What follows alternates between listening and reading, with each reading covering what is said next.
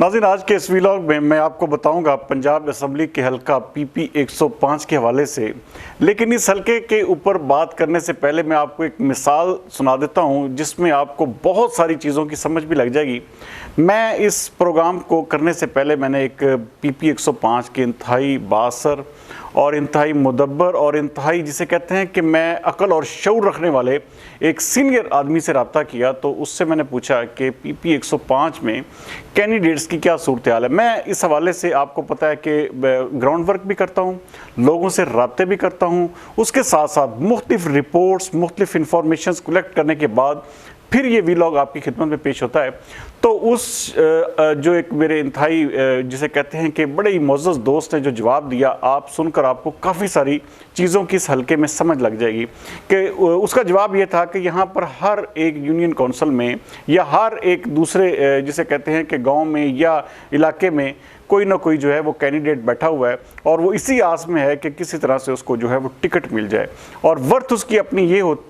है कि वो शायद वो काउंसलर या चेयरमैन का इलेक्शन भी बमुश्किल जीत सके। नाज़रीन, ये हल्का जो है ये मुस्लिम लीग नून के लिए जिसे कहते हैं कि एक ऐसा हल्का है जिसमें मुस्लिम लीग नून का ना सिर्फ जो है एमपीशिप जो है वो काफ़ी ज़्यादा डाउटफुल है, बल्कि इस हल्के के नतीजे के ऊपर जो एमएनए की जो सीट है वो भी खतरे में डगमगा जाती है, क्योंकि यहाँ पर कोई भी पेटेंट किस्म का उम्मीदवार अभी तक सामने नहीं आ सका। ये हल्का बेसिकली चौधरी शफीक गुज्जर का था, वो यहाँ से मुंतखब हुए थे और फिर उसके बाद जब पिछला 14 मई का इलेक्शन आया तो वो उन्होंने दूसरे हलके में PP 114 में मूव किया और वहाँ पर अपनी थोड़ी सी कैंपेन की। लेकिन अगर चौधरी शफीक गुज्जर या उनके भाई यहाँ पे चौधरी हबीब गुज्जर जो अगर मुस्लिम लीग नून के कैंडिडेट बनते हैं तो बहुत ज़्यादा इफ़ेक्टिव हो सकते हैं। लेकिन अगर मुस्लिम लीग नून किसी और बंदे को यहाँ पर टिकट से नवाजती है या कोई बाहर से उम्मीदवार लेके आती है तो फिर मुकाबला जो है नो डाउट मुस्लिम लीग नून का इस हलके में वोट बैंक भी है, सपोर्ट भी है। लेकिन जो पाकिस्तान तहरीक इंसाफ के कैंडिडेट हैं नाजरीन, राय एहसन रज़ा खरल, वो साहब MP भी रह चुके हैं और बड़े ही मजबूत कैंडिडेट हैं और उनकी अपने इलाके में अपने जिसे कहते हैं कि उनकी गहरी रूट्स हैं, उनका वोट बैंक बड़ा सॉलिड है। मैं इस हवाले से मुख्तलिफ जगहों पर मैंने इस हवाले से रब्ता जब किया तो वो उनके हवाले से इंतहाई पॉजिटिव वाइब्स आई हैं कि वो जो मुकाबला है वो बड़ा ही टफ किस्म का करेंगे और मोस्ट प्रोबेबली जिस तरह की आपको पता है कि इस वक्त सूरत हाल चल रही है, पाकिस्तान तहरीक इंसाफ का वोट बैंक उसी तरह इंटैक्ट है, लोग उसी तरह जुड़े हुए हैं और आप अंदाज़ा करें कि राय एहसन रज़ा खरल अभी तक पाकिस्तान तहरीक इंसाफ के टिकट होल्डर हैं। उनके ऊपर भी बेशुमार प्रेशर्स आए होंगे, बहुत सारी चीज़ें आई होंगी, तो लेकिन उन्होंने इस चीज़ को जो है वो ना सिर्फ मेरे ख्याल में बर्दाश्त किया होगा बल्कि अभी तक वो पाकिस्तान तहरीक इंसाफ के साथ जुड़े हुए हैं। अगर वो इसी तरह जुड़े रहते हैं तो ये सीट जो PP 105 की है वो निकाल भी सकते हैं। अच्छा, ये बहुत सारे दोस्त ये भी कह रहे हैं कि जी अब PP 105 PP 106 बन चुका है। भाई, जब तक इस हलके का ऐलान बाज़ाब्ता इलेक्शन कमीशन पाकिस्तान नहीं करता तब तक हम इसको पुराने हलके के नाम से पुकारेंगे, क्योंकि यहाँ पर एक यूनियन काउंसिल जो है वो शामिल हुई है, वो भी PP 106 जो एक किस्म का जिसको अब 107 कहा जा रहा है। तो कोई ज़्यादा तब्दीलियाँ नहीं हैं किसी भी हलके में, सिर्फ हलके के जो नंबर्स हैं वो चेंज होंगे। तो वो जब तक इलेक्शन कमीशन ऑफ पाकिस्तान का बाज़ाब्ता नोटिफिकेशन नहीं होता तो हम इसको पुराना हलका PP 105 ही पुकारेंगे। बहरहाल नाज़रीन, यहाँ पर मुस्लिम लीग नून के टिकट के लिए जो साबका चेयरमैन है चौधरी ज़ाहिद इमरान गुज्जर, वो भी उम्मीदवार हैं इस हलके में, वो भी चाहते हैं कि किसी तरह से उनको टिकट जो है मिले। उसके साथ साथ बहुत सारे लोग ये भी कह रहे हैं कि जैसे पिछले इलेक्शन में हुआ था कि मियाँ कासिम फ़ारूक जो थे उन्होंने अपने लिए जब MNA का टिकट मांगा था तो उनको कहा गया था कि वो MPA की सीट पर आ जाएं। मोस्ट प्रोबेबली ये भी चांस हो सकता है कि मियाँ कासिम फ़ारूक जो हैं वो इस हलके से MPA के उम्मीदवार बन जाएं। अच्छा, अगर वो MPA के उम्मीदवार बनते हैं, हालांकि ये लॉजिक मुस्लिम लीग नून की मुझे समझ नहीं आती कि वो कहते हैं कि जी अगर बाप जो है उसको MNA का टिकट दे दिया तो बेटे को MPA का नहीं देना। हालांकि कई जगहों पर ऐसा हमने देखा है कि बाप MNA है तो बेटा MP है, तो बड़ी आसानी से वो सीट निकाल लेते हैं। अगर मुस्लिम लीग नून ये स्ट्रेटजी भी इख्तियार करती है के ऊपर मियां फारूक साहब को टिकट देती है और नीचे पीपी 105 है, यहाँ पर मियां कासिम फारूक सामने आते हैं, तो मेरे ख्याल में बड़े सॉलिड उम्मीदवार साबित हो सकते हैं, अच्छा मुकाबला कर सकते हैं। और फिर उनका नाम और एक किस्म का उनकी वो जो पर्सनैलिटी है उसकी वजह से यहाँ से सीट भी वो आसानी से निकाल सकते हैं। लेकिन अगर मुस्लिम लीग नून ने किसी काउंसलर लेवल के बंदे को टिकट दे दिया, किसी ऐसे बंदे को दे दिया जिसकी अपने इलाके में भी वर्थ नहीं है, तो फिर मुस्लिम लीग नून के लिए ये जो हल्का है ये बिल्कुल हार की सूरत में सामने आएगा। क्योंकि यहाँ पर इम्तियाज लूना साहब जो थे वो भी उम्मीदवार थे, लेकिन उनको जब टिकट ना मिला तो वो बैठ गए। हो सकता है कि आने वाले इलेक्शन में वो भी सामने आ जाएं। इसी तरह अदील अकबर गुज्जर साहब ने कागजात नामजदगी जमा करवाए थे। अकबर गुज्जर साहब के जो साहबजादे हैं, अच्छा वो भी कागजात नामजदगी जमा करवाने के बाद जो है उनकी भी इतनी ज़्यादा यहाँ पर वर्किंग बिल्कुल नज़र नहीं आई। अच्छा पीटीआई के कुछ और लोग थे वो भी, जैसे वो रिजवान मजीद साहब थे, लेकिन उसके बाद उनकी भी इतनी ज़्यादा मूवमेंट जो है इस हल्के में ना रही। और वो भी जिसे कहते हैं कि वो अभी तक तो जो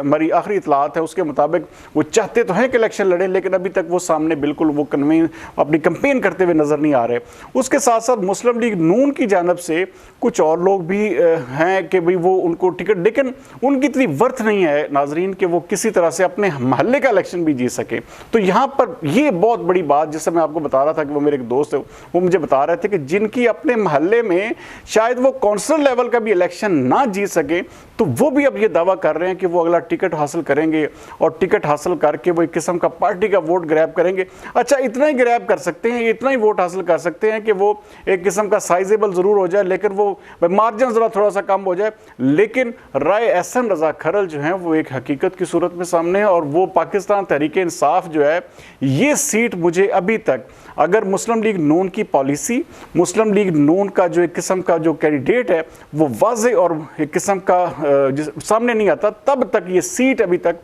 पाकिस्तान तहरीक इंसाफ के हक में जाती हुई दिखाई दे रही है। लेकिन एक चीज़ यहाँ पर होगी, यहाँ आईपीपी के मैं आपको कुछ अर्सा पहले बता चुका हूँ कि चौधरी अली अख्तर जो है वो यहाँ पर बाकायदा तौर पर उन्होंने अनाउंस किया था कि वो इलेक्शन लड़ेंगे और पीटीआई के टिकट के लिए भी उन्होंने अप्लाई किया था। उसके बाद जब वो अब के वो आईपीपी का हिस्सा बन चुके हैं तो वो एक कन्फर्म वो भी इस हल्के के उम्मीदवार बन चुके हैं। तो ये मुकाबला जो है, चौधरी अली अख्तर जो है वो एक कदावर सियासी ख़ानदान है और ये नहीं हो सकता कि वो किसी तरह से भी वो इस इलेक्शन को लूज़ करना चाहेंगे या वो हार के लिए लड़ेंगे। तो ये मुकाबला जो है अभी तक मुझे जो होता हुआ नज़र आ रहा है वो राय एहसन रज़ा खरल और ये चौधरी अली अख्तर के भाई पीटीआई वर्सेस पीटीआई, ये आईपीपी जारी बात है, वो आईपीपी का हिस्सा बन चुके हैं। तो ये मुकाबला अभी तक उन दोनों के दरमियान है। मुस्लिम लीग नून ने पता नहीं किस हिकमत अमली के तहत अभी तक यहाँ पर अपना कैंडिडेट अनाउंस नहीं किया। तो ये मैं ज़ाती तौर पर इसके हक में हूँ कि मियाँ फ़ारूक साहब अगर एमएनए इलेक्शन, भाई ज़ाती तौर पर मुराद ये है कि मैंने सारी ग्राउंड रियलिटीज़ देखी हैं, बंदों की पर्सनैलिटी को यहाँ पर जज किया है, बंदों को मैं यहाँ पर बेशुमार प्रोग्राम्स किए हैं। तो मुझे जो लग रहा है कि मुस्लिम लीग नून जो है अगर मियां कासिम फारूक को यहां पर एमपीए की सूरत में सामने लेकर आती है तो ये हल्का जो है वो इजीली विन कर सकती है, इजीली मुकाबला कर सकती है, टफ किस्म की सिचुएशन में भी सीट निकालने की पोजीशन में आ सकती है। लेकिन अगर ऐसा नहीं होता तो फिर ये मुकाबला जो है वो डेफिनेटली आईपीपी और पीटीआई के दरमियान रह जाएगा। राय एहसन रज़ा खरल और अली अख्तर जो है इस हल्के के मेन प्लेयर्स हैं और मुस्लिम लीग नून के अनाउंस ना होने की वजह से अभी तक मुस्लिम लीग नून का जो है वो नाम सामने नहीं आ सका। इसके अलावा नाज़रीन